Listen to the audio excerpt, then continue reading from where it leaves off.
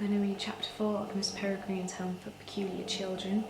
If you've missed the earlier chapters, please see my playlist. I will put the link below. Chapter 4. Once I'd hopped and tripped and felt my way like a blind man through the woods and fog and re-emerged into the world of the sun and light, I was surprised to find the sun sinking and the light going red. Somehow the whole day had slipped away. At the pub, my dad was waiting for me, as a black as night beer and his open laptop on the table in front of him. I sat down and swiped his beer before he'd had a chance to even look up from typing. "Oh, my sweet lord," I sputtered, choking down a mouthful. "What is this? Fermented motor oil?" "Just about," he said, laughing, and then snatched it back. "It's not like American beer. Not that you'd know what that tastes like, right?" "Absolutely not," I said with a wink, even though it was true. My dad liked to believe I was as popular and adventurous as he was at my age. A myth. It had always seemed easiest to perpetuate. I underwent a brief interrogation about how I'd got into the house and who had taken me there, and because the easiest kind of lying is when you leave things out of a story rather than make them up, I passed with flying colours. I conveniently forgot to mention that Worm and Dylan had tricked me into wading through sheep excrement and then bailed out half a mile from our destination. Dad seemed pleased that I'd already managed to meet a couple of kids my own age. I guess I also forgot to mention the part about them hating me. "So how was the house?" "Trashed." He winced. "Guess it's been a long time since your grandpa lived there, huh?" "Yeah, or anyone." He closed the laptop, a sure sign I was about to receive his full attention. "I can see you're disappointed." "Well, I didn't come thousands of miles looking for a house full of creepy garbage." "So what are you going to do?"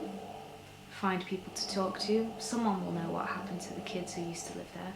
I figure a few of them must still be alive, on the mainland if not around here, in a nursing home or something."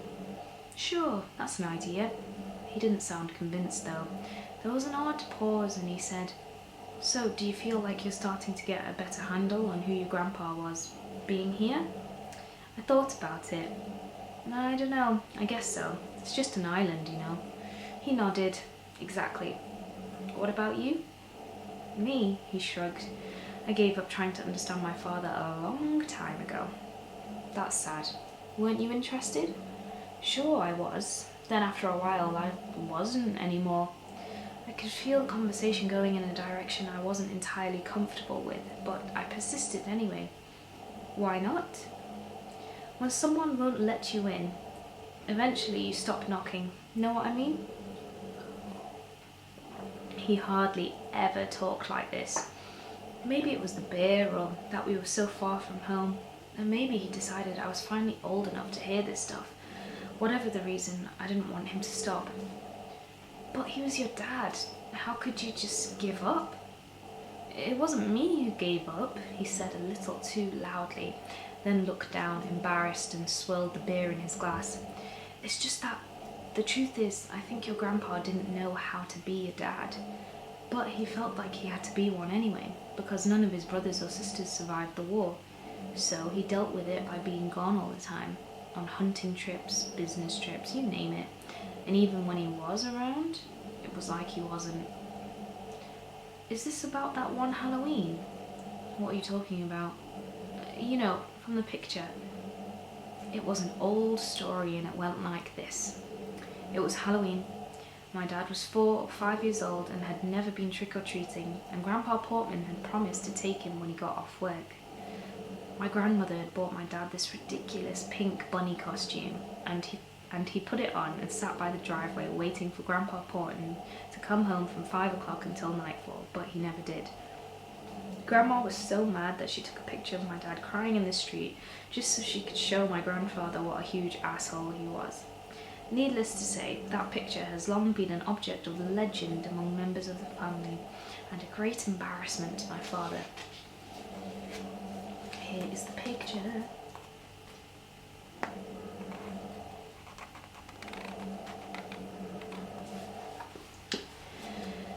It was a lot more than just one Halloween, he grumbled.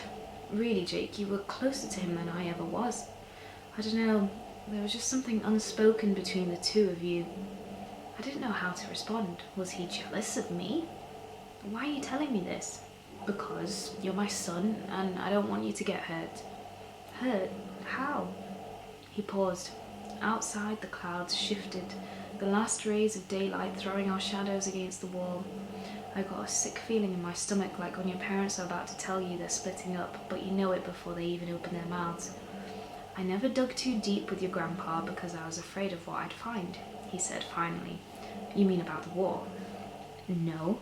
Your grandpa kept those secrets because they were painful. I understood that. I mean, about the travelling, him being gone all the time, what he was really doing. I think your aunt and I both thought that there was another woman. Maybe more than one. I let it hang between us for a moment. My face tingled strangely. That's crazy, Dad.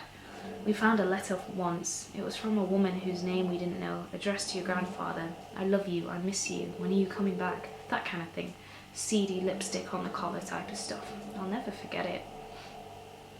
I felt a hot stab of shame, like somehow it was my own crime he was describing, and yet I couldn't quite believe it.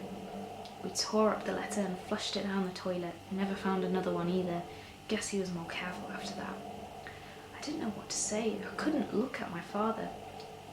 I'm sorry, Jake. This must be hard to hear. I know how much you worshipped him. He reached out to squeeze my shoulder, but I shrugged him off, then scraped back my chair and stood up. I don't worship anyone. Okay, I didn't want you to be surprised, that's all. I grabbed my jacket and slung it over my shoulder. What are you doing? Dinner's on the way. You're wrong about him, I said, and I'm going to prove it. He sighed. It was a letting go kind of sigh. Okay, I hope you do. I slammed out of the priest hole and started walking, heading nowhere in particular. Sometimes you just need to go through a door. It was true, of course, what my dad had said. I did worship my grandfather. There were things about him that I needed to be true, and his being an adulterer was not one of them. When I was a kid, Grandpa Portman's fantastic stories meant it was possible to live a magical life. Even after I stopped believing them, there was still something magical about my grandfather. To have endured all the horrors he did, to have seen the worst of humanity and have your life made unrecognizable by it, to come out of all that the honourable and good and brave person I knew him to be, that was magical. So I couldn't believe he was a liar and a cheater and a bad father, because if Grandpa Portman wasn't honourable and good, I wasn't sure anyone could be. The museum's doors were open and its lights were on, but no one seemed to be inside. I'd gone there to find the curator, hoping he knew a thing or two about the island's history and people, and could shed some light on the empty house and the whereabouts of its former inhabitants. Figuring he'd just stepped out for a minute, the crowds weren't exactly kicking down his door. I wandered into the sanctuary to kill time checking out museum displays. The exhibits, such as they were arranged in big open-fronted cabinets that lined the walls and stood where pews had once been. For the most part, they were unspeakably boring, all about life in a traditional fishing village and the enduring of mysteries of animal husbandry. But one exhibit stood out from the rest. It was in a place of honour at the front of the room in a fancy case that rested atop what had been the altar. It lived behind a rope. I stepped over, and a little warning sign I didn't bother to read, and its case had polished wooden sides and a plexiglass top so that you could only see into it from above.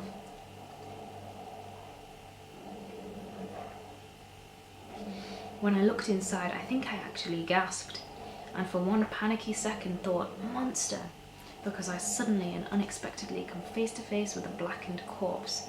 Its shrunken body bore an uncanny resemblance to the creatures that had haunted my dreams, as did the colour of its flesh, which was like something that had been spit roasted over a flame. But when the body failed to come alive and scar my mind forever by breaking the glass and going for my jugular, my initial panic subsided. It was just a museum display, albeit an excessively morbid one. I see you've met the old man, called a voice from behind me, and I turned to see the curator striding in my direction. You handled it pretty well. I've seen grown men faint dead away. He grinned and reached out to shake my hand. Martin Paget. Don't believe I caught your name the other day. Jacob Portman, I said. Who's this? Wales's most famous murder victim? Ha, well, he might be that too, though I never thought of him that way. He's our island's senior-most resident, better known in archaeological circles as Carnholm Man, though to us he's just the old man. More than 2,700 years old. More than 2,700 years old to be exact, though he was only 16 when he died, so he's rather a young old man, really. 2,700, I said, glancing at the dead boy's face, his delicate features somehow perfectly preserved. But he looks so... That's what happens when you spend your golden years in a place where oxygen and bacteria can't exist, like the underside of our bog. It's a regular fountain of youth down there, provided you're already dead, that is. That's where you found him? The bog? He laughed. Not me. Turf cutters did, digging for peat by the big stone cairn out there back in the 70s. He looked so fresh they thought there might be a killer loose in Carnholm, till the cops had a look at this Stone Age bow in his hand and the noose of human hair around his neck. They don't make 'em like that anymore. I shuddered. Sounds like a human sacrifice or something. Exactly. He was done in by a combination of strangulation, drowning, disembowelment, and a blow to the head. Seems rather overkill, don't you think? I guess so. Martin roared with laughter. He guesses so. Okay, yeah, it does. Sure it does, but the really fascinating thing to us modern folk, anyway, is that in all likelihood the boy went to his death, willingly, eagerly even. His people believed that bogs, and our bog in particular, were entrances to the world of the gods, and so the perfect place to offer up their most precious gift themselves. That's insane. I suppose, though I imagine we're killing ourselves right now in all manner of ways that'll seem insane to people in the future. And as the doors to the next world go, a bog ain't a bad choice. It's not quite water, it's not quite land, it's an in-between place. He bent over the case, studying the figure inside. Isn't he beautiful? I looked at the body again, throttled and flailed and drowned and somehow made immortal in the process. I don't think so, I said. Martin straightened and began to speak in a grandiose tone. Come, you, and gaze upon the tar man. Blackly he reposes, tender face the colour of soot, withered limbs like veins of coal, feet lumps of driftwood hung with shrivelled grapes. He threw his arms out like a hammy stage actor and began to strut around the case. Come, you, and bear witness to the cruel art of his wounds. Pearled and meandering lines drawn by knives, brain and bone exposed by stones, the rope still digging at his throat. First fruit slashed and dumped, seeker of heaven, old man arrested in youth. I almost love you. He took a theatrical bow as I applauded. Wow, I said. Did you write that? Guilty, he replied with a sheepish smile. I twiddle about with lines of verse now and then, but it's only a hobby. In any case, thank you for indulging me.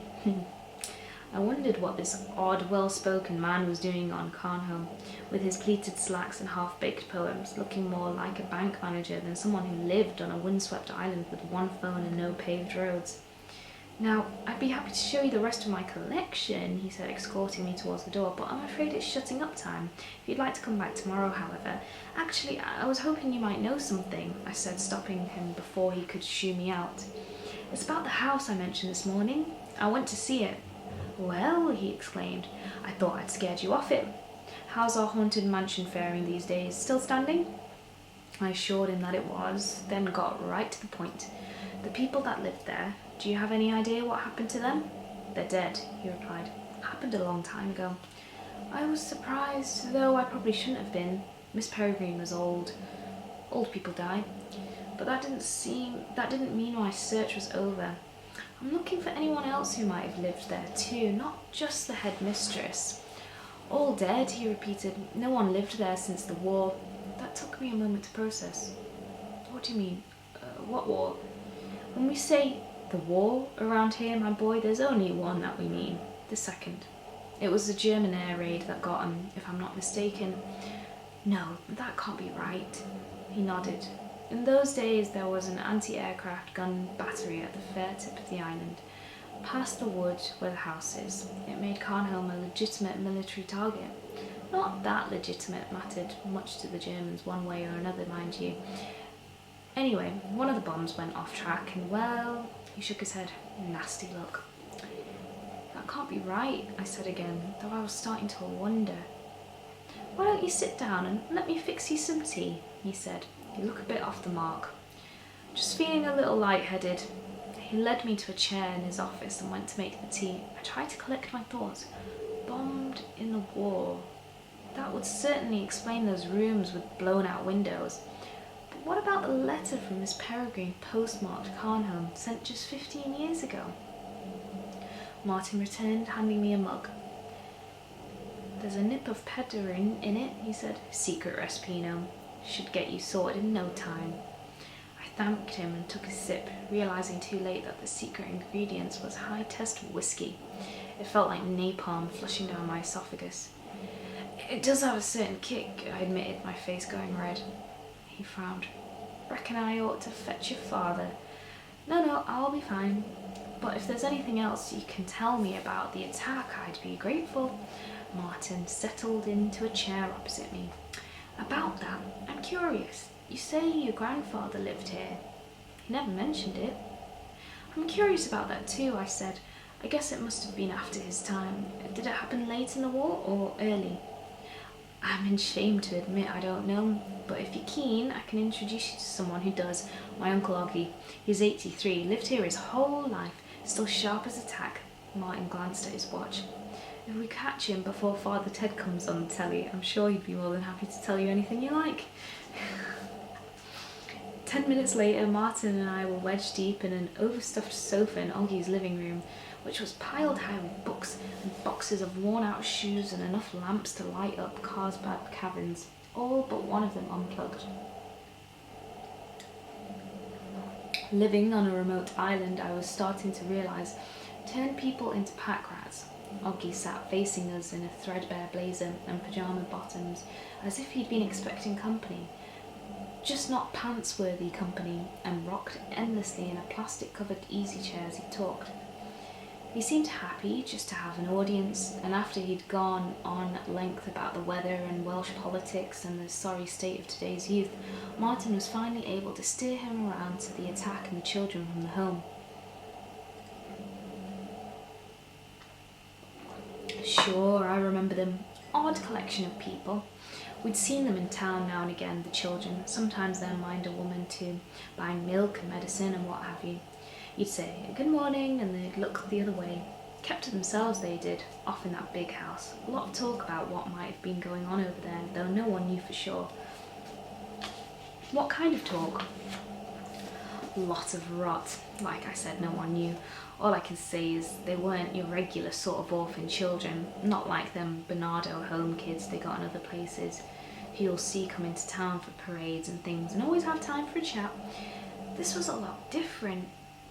Some of them couldn't even speak the King's English, or any English for that matter, because they weren't really orphans, I said. They were refugees from other countries, Poland, Austria, Czechoslovakia.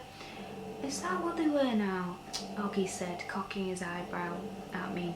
Funny, I hadn't heard that. He seemed offended, like I'd insulted him by pretending to know more about his island than he did. His chair rocking got faster, more aggressive. If this was the kind of reception my grandpa and the other kids got on Carnholm, I thought no wonder they kept to themselves. Martin cleared his throat. So, Uncle, the bombing? Oh, keep your hair on. Yes, the goddamn Jerrys. Who could forget him?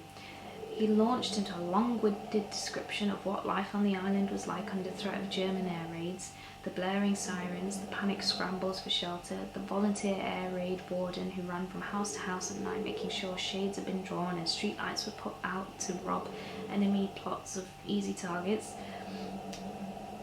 They prepared as best they could, but never really thought they'd get hit, given all the ports and factories on the mainland, all much more important targets than Carnholm's little gun emplacement.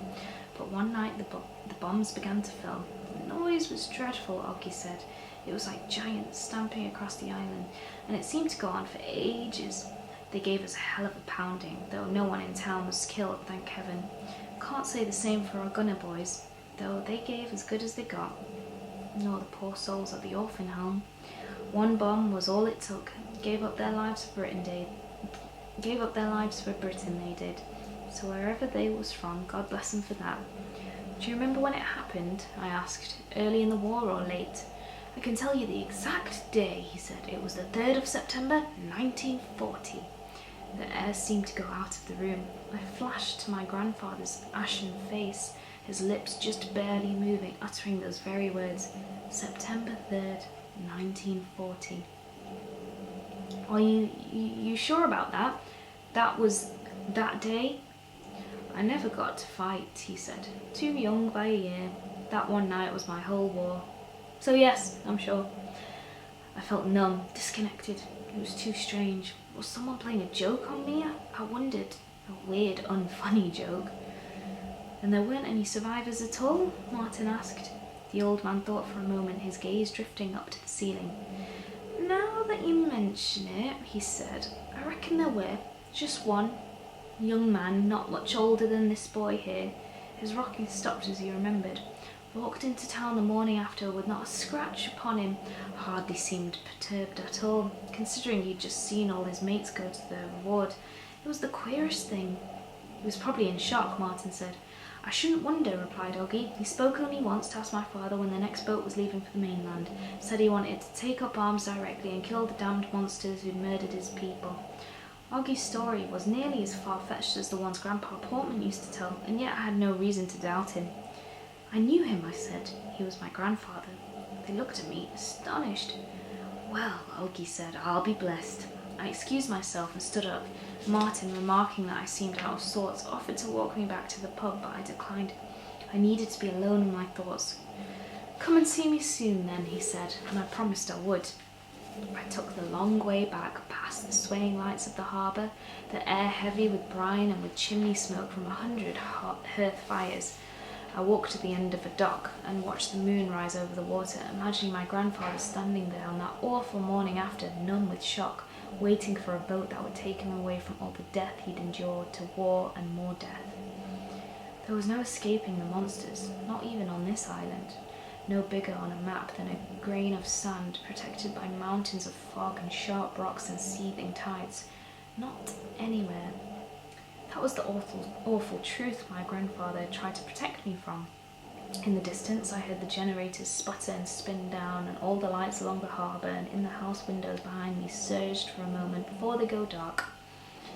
I imagined how such a thing might look from an airplane's height, the whole island suddenly winking out as if it had never been there at all, a supernova in a miniature. I walked back by moonlight, feeling small. I found my dad in the pub at the same table where he'd been, a half-eaten plate of beef and gravy congealing into grease before him. Look who's back, he said as I sat down. I saved your dinner for you. I'm not hungry, I said, and told him what I'd learnt about Grandpa Portman. He seemed more angry than surprised. I can't believe you never brought this up, he said. Not one time. I could understand his anger. It was one thing for a grandparent to withhold something like that from a grandchild, quite another for a father to keep it from his son, and for so long. I tried to steer the conversation in a more positive direction. It's amazing, isn't it? Everything he went through. My father nodded. I don't think we'll ever know the full extent of it. Grandpa Portman really knew how to keep a secret, didn't he? Are you kidding? This man was an emotional Fort Knox. I wonder if it doesn't explain something, though. Why he acted so distant when you were little.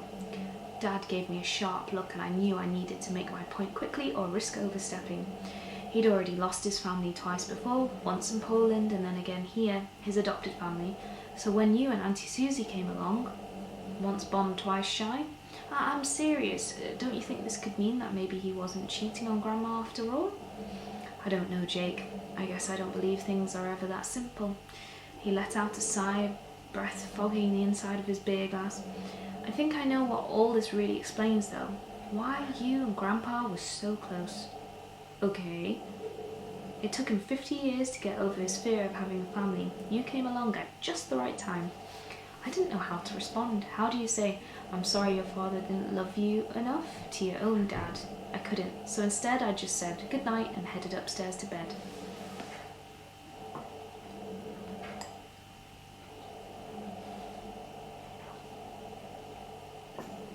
I tossed and turned most of the night. I couldn't stop thinking about the letters, the one my dad and Aunt Susie had found as kids from this other woman, and the one I'd found a month ago from Miss Peregrine. The thought that kept me awake was this: what if they were the same woman? The postmark on Miss Peregrine's letter was 15 years old, but by all accounts she'd been blown into the stratosphere back in 1940. To my mind, that left two possible explanations. Either my grandfather had been corresponding with a dead person, admittedly unlikely, or the person who wrote the letter was not, in fact, Miss Peregrine, but someone who was using her identity to disguise her own. Why would you disguise your identity in a letter? Because you have something to hide? Because you are the other woman? What if the only thing I had discovered on this trip was that my grandfather was an adulterous liar? In his last breaths, was he trying to tell me about the death of his adopted family, or admit to some tawdry decades-long affair?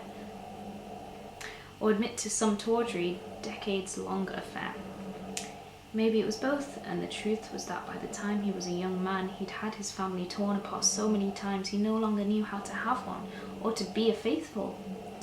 how to be faithful to one. It was all just guesswork, though. I didn't know, and there was no one to ask. Anyone who might have had the answer was long dead. In less than 24 hours, the whole trip had become pointless. I fell into an uneasy sleep. At dawn, I woke to the sound of something in my room. Rolling over to see what it was, I bolted upright in bed.